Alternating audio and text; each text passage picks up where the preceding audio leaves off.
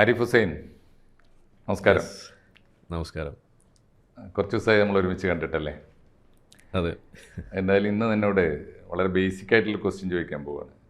ഈ കമ്മ്യൂണിസ്റ്റുകാരെ നിങ്ങൾ ശത്രുക്കളായി കാണുന്നുണ്ടോ? നിങ്ങൾ മീൻസ് ഞാൻ പഴയ യുക്തിവാദി സംഘം എന്ന നിലയിലല്ല, പുതിയ സ്വതന്ത്ര ലോകം എന്ന നിലയിലുമല്ല, ഏറ്റവും പുതിയ ലിറ്റ്മസുമായി ബന്ധപ്പെട്ട് കേരളത്തിലെ ഏറ്റവും വലിയ കമ്മ്യൂണിസ്റ്റ് പാർട്ടിയായ CPIM നിങ്ങളോട് കലഹം പ്രഖ്യാപിക്കേണ്ടി വന്ന സാഹചര്യം നമ്മൾ നേരത്തെ ഡിസ്കസ് ചെയ്തതാണ്. എനിക്ക് തോന്നിയത് ഈ യുക്തിവാദികളെ കമ്മ്യൂണിസ്റ്റ് പാർട്ടി കൂട്ടാളികളായി കാണാനുള്ള സാഹചര്യങ്ങൾ, അടിസ്ഥാന വസ്തുതകൾ വളരെ കൂടുതലായിരുന്നു പണ്ട്. ഇപ്പോൾ വ്യതിരിക്തമായ ചില അനുഭവങ്ങൾ ഉണ്ടാകുന്നുണ്ട്. ഞാനത് വിശദീകരിക്കുന്നില്ല, ആരിഫാണ് പറയേണ്ടത്. ഒന്ന്, ദൈവത്തോടാണോ മതത്തോടാണോ നിങ്ങളുടെ കലഹം എന്നൊരു ചോദ്യമുണ്ട്. അത് മാർക്സ് തന്നെ ഉയർത്തിയ ചോദ്യമാണ്. മാർക്സ് പറഞ്ഞത് വിശ്വാസത്തോട് കലഹിക്കേണ്ടതില്ല, ദൈവത്തെ, വിശ്വാസത്തെ കച്ചവടം ചെയ്യുന്ന ബൂർഷ്വാസിയോടാണ് കലഹിക്കേണ്ടത് എന്നാണ് മാർക്സിൻ്റെ സമീപനം. അതുകൊണ്ടാണ് മതങ്ങളെ അപ്പാടെ നിരസിക്കുന്ന യുക്തിവാദികളോട് കമ്മ്യൂണിസ്റ്റ് പാർട്ടി കലഹിക്കാൻ വരുന്നതിൻ്റെ അടിസ്ഥാന കാര്യം അതായിരിക്കാം. ഒന്ന്. രണ്ടാമത്തെ ഒരു പ്രധാനപ്പെട്ട കാര്യം, ഈ ഇന്ത്യൻ സാഹചര്യത്തിൽ ഈ മതങ്ങളെ വിമർശിക്കുക എന്ന് പറയുന്നതിന് പുതിയ കാലത്ത് വന്ന ഒരു വ്യാഖ്യാനം, മതവിമർശനം എന്നത് സംഘപരിവാർ വിമർശനം മാത്രമായി തീർന്നിട്ടുണ്ട്. ആ കാലഘട്ടത്തിൽ ഇസ്ലാം ഉൾപ്പെടെയുള്ള ന്യൂനപക്ഷ മതങ്ങളെ കൂടി രൂക്ഷമായി ആക്രമിക്കുന്ന ഒരു രീതി നിങ്ങൾ തുടർന്നു വരുന്നതുകൊണ്ട് നിങ്ങളൊരു സംഘപരിവാറിൻ്റെ സ്വരമായി തീരുന്നു, അല്ലെങ്കിൽ അതിൻ്റെ ഒരു സബ് ഏജൻസി ആയി തീരുന്നു എന്നൊരു വാദമാണ് ഇപ്പോൾ അവർ മുന്നോട്ട് വെക്കുന്നത്.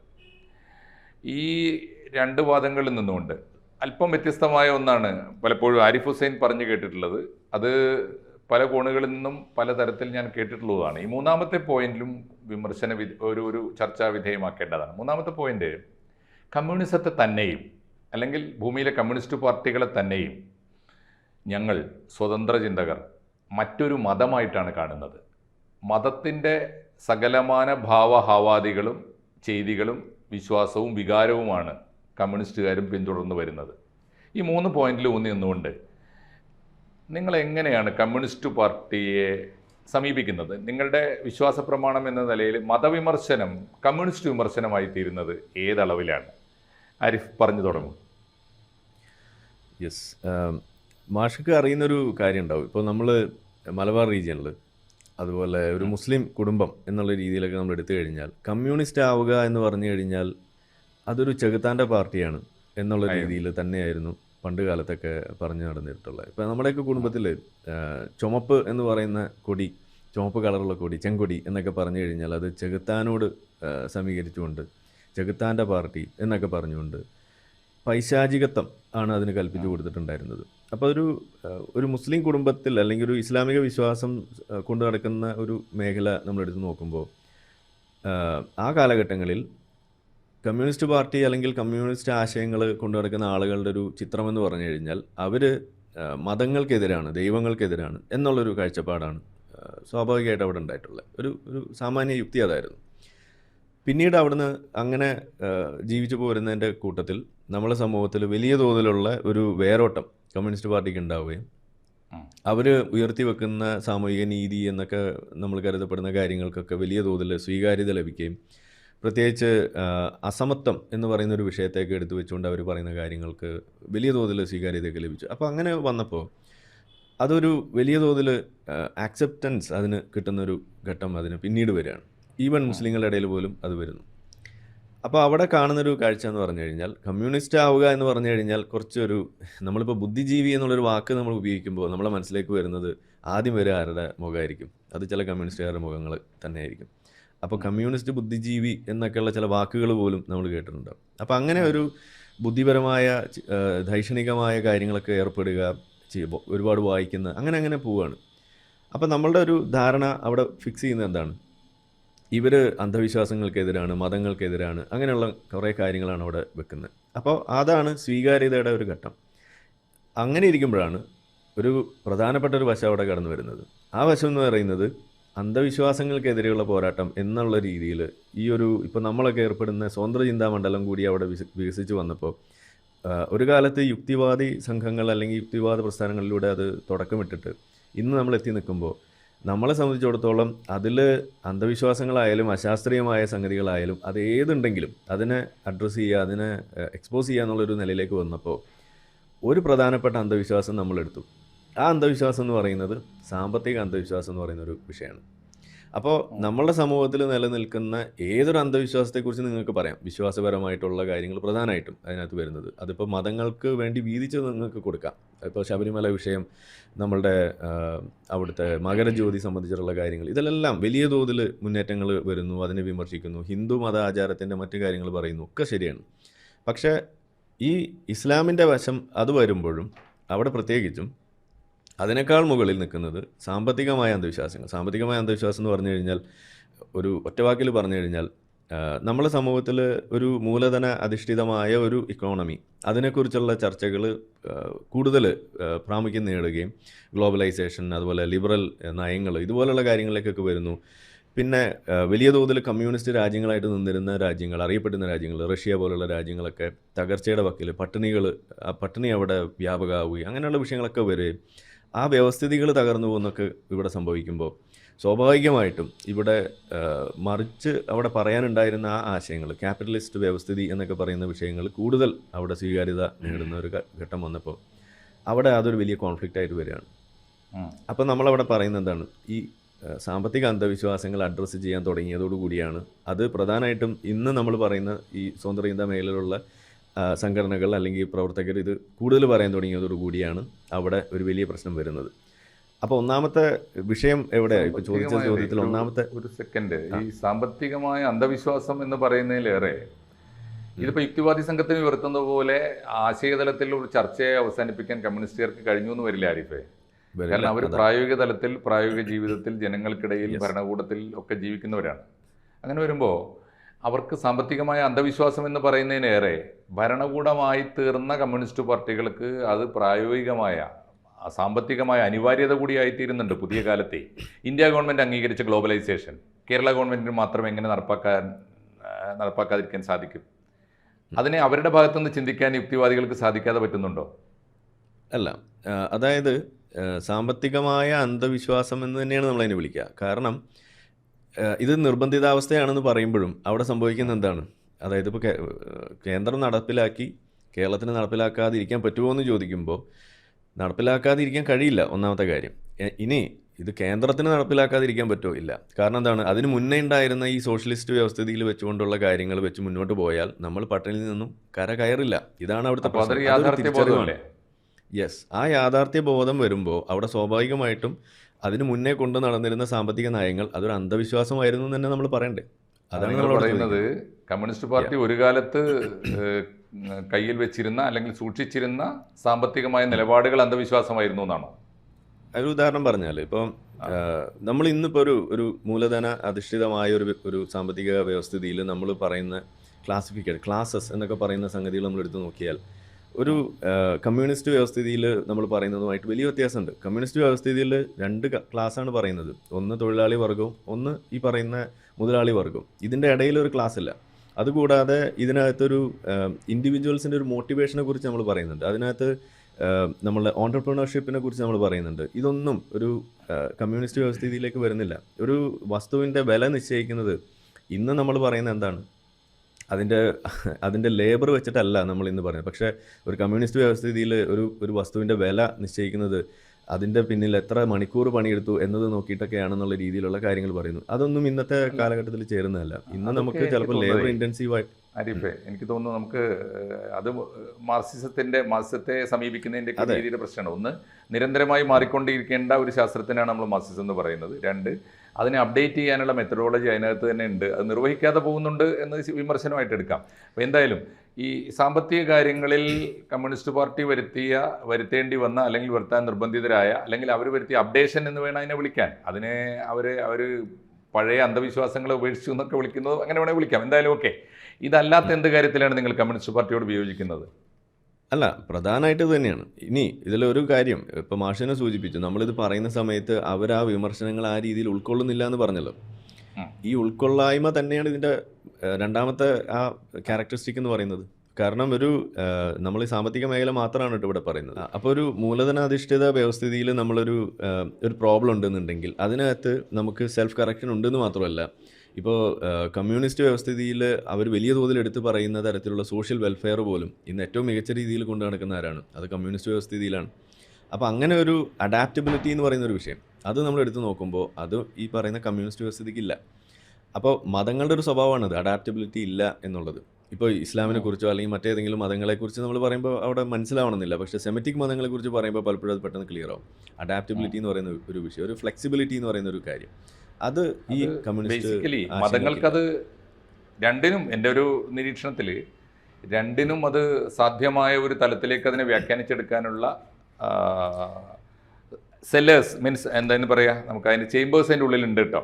പൊട്ടെ അതിന്റെ പ്രശ്നം എന്താന്ന് പറഞ്ഞു കഴിഞ്ഞാൽ ഈ അങ്ങനെ നമ്മൾ വ്യാഖ്യാനിച്ചെടുക്കാൻ വേണ്ടി നിൽക്കുമ്പോൾ അതിനെ നമ്മൾ സാധാരണ ന്യായീകരണ തൊഴിലാളികൾ എന്നുള്ള രീതിയിൽ കണക്കാക്കേണ്ടതായിട്ട് വരും. അതായത് ഇത് ചെയ്യേണ്ടവർ ഞാനും നീയോ അല്ല, മതത്തെ അപ്ഡേറ്റ് ചെയ്യാനുള്ള സാധ്യതകൾ ധാരാളമായിട്ട് അതിനകത്തുണ്ട്. അതാത് കാലത്ത് അത് ചെയ്തുകൊണ്ടിരുന്ന പണ്ഡിതന്മാരുണ്ട്, ഇപ്പോഴും നമ്മുടെ മുമ്പിൽ ജീവിച്ചിരിക്കുന്ന പണ്ഡിതന്മാർ അത് ചെയ്തുകൊണ്ടിരിക്കുന്നുണ്ട്. പക്ഷെ മഹാഭൂരിപക്ഷം വരുന്ന മുഖ്യധാരാ പണ്ഡിതന്മാർ ഇപ്പോഴും യാഥാസ്ഥികന്മാരായി ഒരു മാറ്റവും ഇല്ലാതെ ഇതിനെ കാവലിരിക്കുന്നു എന്നുള്ള പ്രശ്നമുണ്ട്. കമ്മ്യൂണിസത്തിനും ആ ഇഷ്യൂ ഉണ്ട്. ഒരു പക്ഷേ കമ്മ്യൂണിസത്തിൻ്റെ ആ ഒരു വീഴ്ച കൊണ്ട് സംഭവിച്ചത് ലോകത്തിൽ അതൊരു ഒരു ഒരു ബദൽ വിമോചന പ്രത്യയശാസ്ത്രം അല്ലാതായിത്തീരുന്നു എന്നൊരു അപകടം വരുന്നു എന്നുള്ളതാണ്. ഓക്കെ, സാമ്പത്തികമല്ലാത്ത കാര്യങ്ങൾ മറ്റു രണ്ട് കാര്യങ്ങളിലേക്ക് വരാം നമുക്ക്. നിങ്ങളുടെ മതവിമർശനം രണ്ട് കാര്യങ്ങളാണ്. ഒന്ന് മതവിമർശനം, നിങ്ങൾ RSS വിമർശനം വളരെ ചെറിയ തോതിലും അല്ലെങ്കിൽ അത് അവഗണിക്കുകയും വലിയ തോതിൽ ന്യൂനപക്ഷ മതങ്ങളെ, ഇസ്ലാമിനെ ഉൾപ്പെടെ അങ്ങേയറ്റം അഗ്രസീവായി ആക്രമിക്കുന്നു എന്നുള്ളതാണ് രണ്ടാമത്തെ വിമർശനം. അതിലേക്ക് വരുന്നത്, അതായത് ഇപ്പോൾ കമ്മ്യൂണിസ്റ്റ് ആശയങ്ങൾക്ക് അതിൻ്റെ പ്രായോഗിക തലത്തിലുള്ളതാണ് ഈ സാമ്പത്തിക ഒരു മേഖലയിലുള്ള കാര്യം എന്ന് പറയുന്നത്. അതാണ് ഇപ്പോൾ നമ്മൾ പറഞ്ഞത്. രണ്ടാമത്തെ അതിൻ്റെ പ്രധാനപ്പെട്ട ഒരു മേഖല എന്ന് പറയുന്നതാണ് അതിൻ്റെ ഒരു മോറൽ, ഒരു അബ്സല്യൂട്ടിസം എന്ന് പറയുന്ന ഒരു വിഷയമുണ്ട്. അവിടെ കമ്മ്യൂണിസ്റ്റ് ആശയങ്ങളുടെ ഒരു പ്രത്യേകത അല്ലെങ്കിൽ അവർ മുന്നോട്ട് വെക്കുന്ന ഒരു രീതി എന്ന് പറഞ്ഞു കഴിഞ്ഞാൽ ഒരു ഗുഡ് വേഴ്സസ് ബാഡ് എന്ന് പറയുന്ന ഒരു ക്ലാസിഫിക്കേഷൻ അത് കമ്മ്യൂണിസ്റ്റ് ആശയങ്ങൾക്കുണ്ട്. കമ്മ്യൂണിസ്റ്റ് ആ ഒരു വ്യവസ്ഥിതിയിൽ അവർ ഏറ്റവും കൂടുതൽ മുന്നോട്ട് വെക്കുന്ന ഒരു കാര്യം അതാണ്. ഒരു നിരന്തരമായ ഒരു വർഗ്ഗസമരം, അതിനെക്കുറിച്ചുള്ള വാചാലത അതവിടെ പ്രോത്സാഹിപ്പിക്കുന്നു. അതുകൂടാതെ അവർ ചില ഉട്ടോപ്യൻ ആയിട്ടുള്ള ചില സ്വർഗ്ഗതുല്യമായ ചില കാര്യങ്ങളെക്കുറിച്ച് പറയും. ഒരു ക്ലാസ്ലെസ് സൊസൈറ്റി എന്ന് പറയുന്നൊരു വിഷയം, ഇങ്ങനെയുള്ള കാര്യങ്ങളൊക്കെ പറയുമ്പോഴും അതിൻ്റെ അടിസ്ഥാനം എന്ന് പറയുന്നത് ഒരു ഗുഡ് വേഴ്സസ് ബാഡ് എന്ന് പറയുന്ന ഒരു സംഗതിയാണ്. മതങ്ങൾക്ക് ഈ സ്വഭാവമുണ്ട്. മതങ്ങൾക്ക് വിശ്വാസി എന്ന് പറയുന്ന ഒരു കാഴ്ചപ്പാടുണ്ടാക്കിക്കൊണ്ട് അതിനകത്തൊരു രീതി അവർ കൊണ്ടുവന്ന് നമ്മൾ കാണാം. അപ്പോൾ അങ്ങനെ വരുന്ന സമയത്ത് ഇപ്പോൾ കമ്മ്യൂണിസ്റ്റ് ആശയം ഓരോ കാലഘട്ടത്തിൽ ഓരോ സ്ഥലങ്ങളിൽ നിൽക്കുമ്പോഴും അവിടെ അവർക്ക് ഒരു ഗുഡും ഒരു ബാഡും കണ്ടെത്താൻ അവർക്ക് കഴിയും. ഇന്ത്യയിലേക്ക് വരുമ്പോൾ അവരിവിടെ അവരുടെ നില ഉറപ്പിക്കുന്നതിന് വേണ്ടിയിട്ട് അവർ കണ്ടെത്തിയിട്ടുള്ള ഒരു ഗുഡ് എന്ന് പറയുന്നത് അതൊരു വശത്തുണ്ട്. അവർ കണ്ടെത്തിയ ബാഡ് എന്ന് പറയുന്ന സംഗതികൾ മറ്റൊരു വശത്തുണ്ട്. ആ ബാഡിൽ ഒന്നാം നമ്പറായിട്ട് നിൽക്കുന്നത് ആരാണ്? അത് ഇവിടുത്തെ സംഘികളാണ്, അല്ലെങ്കിൽ ഇവിടുത്തെ ഹിന്ദുത്വ എന്ന് പറയുന്ന ഒരു മേഖലയിലുള്ള ആളുകളാണ്. അപ്പോൾ അവർ നിശ്ചയിക്കും ഇതിനകത്ത് ആരെ വിമർശിക്കണം, ആരെ വിമർശിക്കരുത്, ആര് പറയണത് കൂടുതൽ കാണണം, കൂടുതൽ കാണരുത് എന്നുള്ള രീതിയിൽ അവരാണ് കാര്യങ്ങൾ ചെയ്തു വെക്കുന്നത്. അപ്പോൾ നമ്മൾ ഇപ്പോൾ ഒരു സ്വതന്ത്ര ചിന്തകർ എന്നുള്ള രീതിയിൽ നമ്മളതിനെ കാണുന്നത് എങ്ങനെയാണ്? നമ്മൾ ആ രീതിയിലല്ല ഈ വിഷയങ്ങളെ കാണുന്നത്. വിഷയത്തെ അഡ്രസ്സ് ചെയ്യേണ്ടതാണോ, വിഷയത്തെ അഡ്രസ്സ് ചെയ്യേണ്ടാത്തതാണോ, ഇതിനനുസരിച്ചേ നമ്മൾ കാര്യങ്ങൾ പറയുന്നുള്ളൂ. അതല്ലാതെ പെർപ്പച്വലി അവരോടൊരു അപ്പാർട്ടൈഡ് കൽപ്പിച്ചുകൊണ്ട് അവരോടൊരു നിസ്സഹകരണം അങ്ങനെ തുടർന്നുകൊണ്ടേ പോകണം, അവരൊരു മേഖലയിൽ അടുപ്പിക്കാൻ പാടില്ല എന്നുള്ള രീതിയിൽ ഒരു ജനാധിപത്യ സംവിധാനത്തിൽ നമുക്ക് നിൽക്കാൻ കഴിയില്ല.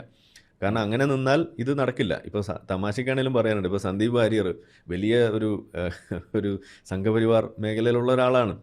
അപ്പോൾ ഇവരെ പോലെയുള്ള ആളുകളെ സ്വതന്ത്ര ചിന്തകരുടെ വേദിയിലേക്ക് കൊണ്ടുവന്ന് അവർ ഫാഷിസ്റ്റുകൾ, അവർക്ക് സ്വീകാര്യത ഉണ്ടാക്കുന്നു എന്നൊക്കെയാണ് നമ്മളുടെ ഇവിടെ വലിയ വിമർശനം ഉണ്ടായിരുന്നത്. ഇപ്പം എന്തായി? ഇപ്പോൾ സംഘപരിവാർ മേഖലയിൽ ഉണ്ടായിരുന്ന സന്ദീപ് വാര്യരെ എസൻസ് പോലെയുള്ള മേഖലയിലേക്ക് കൊണ്ടുവന്ന് ഇന്ന് അദ്ദേഹം സംഘപരിവാർ ആ മേഖലയിൽ നിന്ന് ആൾ ഓടി രക്ഷപ്പെടുകയല്ലേ ചെയ്തത്. അപ്പോൾ ഇങ്ങനെ ഒരു പരിവർത്തനം ചെയ്യപ്പെടാനുള്ള ഒരു സാധ്യത ഇവിടെ ഉണ്ട്. അതിനെയാണ് നമ്മൾ ഉപയോഗിക്കുന്നത്. അല്ല, അതിന് ശരിയോ തെറ്റോ എന്ന് ഞാൻ പറയുന്നത്, വിമർശനവും സംവാദവും ഒക്കെ തന്നെയാണ് മാർഗം. ഞാൻ അതിനുവേണ്ടി കലഹിക്കുന്ന ഒരാളാണ് തീർച്ചയായിട്ടും. അപ്പം ഞാൻ പറഞ്ഞു വന്നത്, അപ്പോൾ ഇവിടെ എന്തുകൊണ്ട് ഈ പരാതിയിൽ എന്തെങ്കിലും കഴമ്പുണ്ടോ, ഇതാണ് നമ്മൾ അന്വേഷിക്കുന്നത്. നമ്മൾ പറയുന്നു അതിനകത്ത് കഴമ്പില്ല. കാരണം എന്താണ്? ഇവിടെ സംഘപരിവാർ ഒരു കാര്യം പറഞ്ഞു എന്നതിൻ്റെ പേരിലല്ല നമ്മൾ അതിനെ വിമർശിക്കുന്നതോ അതിനെ അനുകൂലിക്കുന്നതോ. അവർ പറഞ്ഞതിൽ എന്തെങ്കിലും കുഴപ്പമുണ്ടോ എന്ന് നോക്കിയിട്ടാണ്. അത് ആര് പറഞ്ഞാലും നമ്മൾ അതേ എടുക്കുന്നുള്ളൂ. അവരൊരു നല്ല പോളിസി കൊണ്ടുവന്നാൽ അതിനെ നമ്മൾ അനുകൂലിക്കേണ്ടി വരും. അവർ ചീത്തയായിട്ടുള്ള കാര്യങ്ങൾ കൊണ്ടുവന്നാൽ അതിനെ ജനാധിപത്യം. നമ്മൾ അതിനെ നമ്മൾ ആ പോളിസി ബേസ്ഡ് ആയിട്ട് നമ്മൾ അതിനെ ക്രിട്ടിസൈസ് ചെയ്യുക. ഇതാണ് നമ്മൾ പറയുന്നത്. പക്ഷേ ആ ഒരു മേഖലയിൽ നിന്ന് അതിനെ തട്ടി മാറ്റിയിട്ട് അതിനെ ഇങ്ങനെ അടച്ചാക്ഷേപിക്കുക, അല്ലെങ്കിൽ ഒരു തരത്തിലും അതിനെ കാണാൻ അനുവദിക്കാതെ ഇത് കൊണ്ടു നടക്കുക എന്നുള്ള രീതിയിൽ അതിനെ ഏതെങ്കിലും ഇതിനൊന്ന് ചാരിയാൽ ഉടനെ സംഘിച്ചാപ്പ കൊടുക്കുക എന്നുള്ള ആ രീതി, ആ ഒരു ഗുഡ് ഓർ ബാഡ് എന്ന് പറയുന്ന ഒരു മോറൽ ഹൈ വെച്ചുകൊണ്ട് കാര്യങ്ങൾ ചെയ്തുകൊണ്ടിരുന്ന ആ ഒരു മോറൽ ഹൈ ഗ്രൗണ്ട് അത് ഏറ്റവും കൂടുതൽ കൊണ്ട് നടന്നിരുന്ന ഒരു കൂട്ടമാണ് ഈ പറയുന്ന കമ്മ്യൂണിസ്റ്റുകാരെന്ന് പറയുന്നത്. പിന്നെ അതിലിപ്പോൾ സംഭവിച്ചിരിക്കുന്ന ഒരു കാര്യം എന്ന് പറഞ്ഞാൽ അതിൽ ഏറ്റവും കൂടുതൽ സംഘിച്ചാപ്പകളൊക്കെ കൊടുത്ത് നടന്നിരുന്ന ആളുകൾ പോലും പിണറായി വിജയൻ എന്ന സംഖ്യയാണ്, അതുപോലെ ഗോവിന്ദ മാഷ് എന്ന സംഖ്യയാണ്, അതല്ലെങ്കിൽ KT ജലീൽ എന്ന സംഖ്യയാണ്, അത് നമ്മുടെ മലപ്പുറം ജില്ലാ സെക്രട്ടറി കമ്മ്യൂണിസ്റ്റ് പാർട്ടിയുടെ പുള്ളി എന്ന് കാവ്യനീതി എന്ന് വിളിക്കുന്ന പടച്ചോന്റെ പണിയിൽ നിങ്ങൾക്കും വിശ്വാസമുണ്ടോ? പിണറായിക്ക് കിട്ടേണ്ട അങ്ങനെയൊന്നും വിശ്വാസമില്ല. പക്ഷെ നമ്മൾ പറയുന്നത് എന്താന്ന് പറഞ്ഞു കഴിഞ്ഞാൽ ഇത് തിരിഞ്ഞു കൊത്തും എന്നുള്ളത് നമുക്കറിയാം. കാരണം എന്താന്ന് പറഞ്ഞു കഴിഞ്ഞാൽ അതുകൊണ്ടാണ് നമ്മൾ ആ പണി എടുക്കാത്തത്. കാലത്തിന്റെ അല്ല, കാരണം ഇത് അങ്ങനെയാണത്. ഇത് ബാക്ക് ഫയർ ചെയ്യുന്ന ഒരു സാധനമാണ്. ആരിഫ്, എനിക്ക് മനസ്സിലായി. ആരിഫ് വളരെ കൃത്യമായി വ്യക്തിയോടുകൂടി പറഞ്ഞ കാര്യം മനസ്സിലായി. ഞാൻ ചോദിക്കുന്ന ഒറ്റ ചോദ്യമുള്ളൂ, അവസാനത്തെ ചോദ്യം. ഇത് ഇപ്പോൾ ഒരു മതത്തിൻ്റെ സകലമാന ദൂഷ്യങ്ങളും കമ്മ്യൂണിസ്റ്റ് പാർട്ടി പിന്തുടർന്ന് വരുന്നൊരു കാലത്താണ് ഞങ്ങൾക്ക് ഇങ്ങനെ ആയിത്തീരേണ്ടത്, അല്ലെങ്കിൽ കമ്മ്യൂണിസ്റ്റ് വിരുദ്ധരായിത്തീരേണ്ടത് എന്ന് സ്വതന്ത്ര ചിന്തകർ പറയുമ്പോൾ, ഇത് ഏതെങ്കിലും ഒരു കാലഘട്ടത്തിൽ ഭരണകൂടമായി തീർന്ന ഏതെങ്കിലും കമ്മ്യൂണിസ്റ്റ് പാർട്ടിയോ അതിൻ്റെ തലപ്പത്തിരിക്കുന്ന പിണറായി വിജയനെ പോലുള്ള ഏതെങ്കിലും നേതാക്കൾക്ക് പറ്റിയ വീഴ്ച എന്നതിലേറെ അതൊരാശയത്തെ, ഒരു മൂവ്മെൻറ്റിനെ, ഒരു വലിയ വിപ്ലവ പ്രസ്ഥാനത്തെ എന്നേക്കുമായി ശത്രുപട്ടികയിൽപ്പെടുത്താനുള്ള ന്യായമാണോ? തീർച്ചയായിട്ടും ആണെന്ന് ഞാൻ പറയും. കാരണം അതിന് ഇനി കാല പ്രസക്തി ഇല്ല. കാരണം ഒന്ന്, അത് ഫ്ലെക്സിബിൾ അല്ല. രണ്ട്, അത് മുന്നോട്ട് വെക്കുന്ന സാമ്പത്തിക നയങ്ങൾ, ആശയങ്ങൾ എന്ന് പറയുന്നത് അന്ധവിശ്വാസം തന്നെയാണ്. അത് ഇന്നത്തെ കാലഘട്ടത്തിന് പ്രായോഗികമല്ല. മൂന്ന്, അത് ഒരു സ്ഥലത്ത് പോലും വിജയിച്ചതായിട്ടൊരു മാതൃക പോലുമില്ല. എന്നാൽ അത് എന്തിനെയാണോ നേരിടുന്നത്, ക്യാപിറ്റലിസ്റ്റ് ആയിട്ടുള്ള വ്യവസ്ഥിതികളെ, അത് വിജയിച്ചതിന് അനേകം എക്സാമ്പിൾസ് ഉണ്ട്, അനേകം മോഡൽസ് ഉണ്ട്. അത് സക്സസ്ഫുൾ ആണ്, ഇപ്പോഴും ത്രൈവിംഗ് ആണ്. അതുകൊണ്ട് അത് നമുക്ക് തീർച്ചയായിട്ടും പറയാൻ കഴിയും. ഇനിയും ഒരു കാലം നമ്മൾ ഇങ്ങനെ പറയുന്നത് നിങ്ങൾ ക്യാപിറ്റലിസ്റ്റുകളാണ്, നിങ്ങൾ കമ്മ്യൂണിസ്റ്റ് വിരുദ്ധരാണ് എന്ന് പറഞ്ഞു വരുന്നത്. അവസാനമായി ഒറ്റ വാക്കോടി, ഈ അഭിപ്രായം സ്വതന്ത്ര ചിന്തകരായ എല്ലാവരുടേതുമാണോ, അതോ ആ പ്രസ്ഥാനത്തിൻ്റേത് മൊത്തമാണോ, അതോ വ്യക്തിപരമാണോ? കമ്മ്യൂണിസ്റ്റ് ആശയത്തെക്കുറിച്ച് മനസ്സിലാക്കിയിട്ടുള്ള ആളുകൾക്ക് എല്ലാവർക്കും ഇതേ അഭിപ്രായം തന്നെയാണ്. അത് സ്വതന്ത്ര ചിന്തകനാവണമെന്ന് നിർബന്ധമൊന്നുമില്ല, അത് ആർക്കും ആവാം. അത്രേ ഞാൻ പറയാം. മൂവ്മെന്റിന് നിലപാടുണ്ടോ എന്ന് ഞാൻ ചോദിക്കുന്നത്. അങ്ങനെയില്ല. അതാണ് ഇതിലൊരു പ്രധാനപ്പെട്ട ഒരു വ്യത്യാസം എന്ന് പറയുന്നത്. അതായത് സ്വതന്ത്ര ചിന്ത എന്ന് പറയുന്നത് തന്നെ വ്യക്തികൾക്കാണ് കാര്യങ്ങൾ മനസ്സിലാക്കാനും പഠിക്കാനുള്ള അവസരം വെച്ചു കൊടുക്കുന്നത്. കമ്മ്യൂണിസ്റ്റിൽ അതല്ല. കമ്മ്യൂണിസ്റ്റിൽ കൂട്ടത്തിനാണ് കാര്യങ്ങൾ തീരുമാനിക്കും. അവർ പറയും എന്ത് നമ്മൾ പറയണം. അതുകൊണ്ടാണ് ഒരു കാര്യം ഉണ്ടായാൽ വൈകിട്ടാകുമ്പോഴേക്കും ക്യാപ്സ്യൂൾ വരെ ഇറക്കി കൊടുക്കുന്നത്. സ്വന്തമായിട്ട് അണികൾക്ക് ചിന്തിക്കാനുള്ള അവസരം പോലും നിഷേധിക്കുന്ന രീതിയാണ് ഈ പറയുന്ന കമ്മ്യൂണിസ്റ്റ് ആശയം എന്ന് പറയുന്നത്. അത് മതങ്ങളുടെ രീതിയാണത്. നിങ്ങൾ അടിമ വ്യവസ്ഥിതി ഇസ്ലാമിലുണ്ടോ എന്ന് ഇന്ന് ഒരു മുസ്ലിമിനോട് ചോദിച്ചാൽ അവന് പേഴ്സണലി പറയാൻ ആഗ്രഹമുണ്ട്, അത് തെറ്റാണ്, അത് ഹറാമാക്കേണ്ട സാധനമാണ്. പക്ഷേ അവൻ നിർബന്ധിതനാവുകയാണ്. കാരണം എന്താണ്, കിതാബ് എഴുതി വെച്ചിരിക്കുന്നത് അത് ഇന്നും ഹലാലാണെന്ന്. അതെ, പക്ഷേ അത് തീർച്ചയായിട്ടും രാഷ്ട്രീയത്തെക്കുറിച്ച് പോലുള്ള ഒരു അപ്ഡേഷൻ്റെ കുറവാണത്. രാഷ്ട്രീയം കൃത്യമായി പുനർനിർവചിക്കപ്പെട്ടിരിക്കുന്നു പുതിയ കാലത്ത്. സത്യാനന്തര കാലത്തെ രാഷ്ട്രീയം ഒട്ടും തന്നെ ആൾക്കൂട്ടത്തിൻ്റെതല്ല, വ്യക്തിയുടേതാണ്. പേഴ്സണൽ ഈസ് പൊളിറ്റിക്കൽ എന്നാണ് ആ മുദ്രാവാക്യം. ആ മുദ്രാവാക്യം അവർ കൂടി തിരിച്ചറിയാത്തതിൻ്റെ, ഒരുപക്ഷെ രാഷ്ട്രീയക്കാർ പോലും തിരിച്ചറിയാത്തതിൻ്റെ ഒരു പരിമിതിയായിരിക്കണം അത്. വല്ലതും തീർച്ചയായിട്ടും അത് ഏറെക്കുറെ ആരിഫ് അത് വിശദീകരിച്ച് കഴിഞ്ഞിട്ടുണ്ട്. ആരിഫിനെ അവസാനിപ്പിക്കാം. അതൊരിക്കലും അവർക്ക് എടുക്കാൻ കഴിയില്ല എന്നുള്ളതാണ് ഞാൻ പറയുന്നത്. അങ്ങനെ ഒരു വ്യക്തിപരമായ നിലയിൽ അതിനെ കാണണം എന്നുള്ളതിലേക്ക് മാറാൻ അവർക്ക് കഴിയില്ല. കാരണം അത് അവരുടെ കോർ ആശയത്തിന് വിപരീതമാണത്. തീർച്ചയായിട്ടും. ശരി, നന്ദി ആരിഫ്. Yes, thank you. കൂടുതൽ വാർത്തകളും വിശേഷങ്ങളും നിങ്ങളിലേക്ക് എത്താൻ ABC മലയാളം സബ്സ്ക്രൈബ് ചെയ്യുക, ബെൽ ബട്ടണും അമർത്തുക.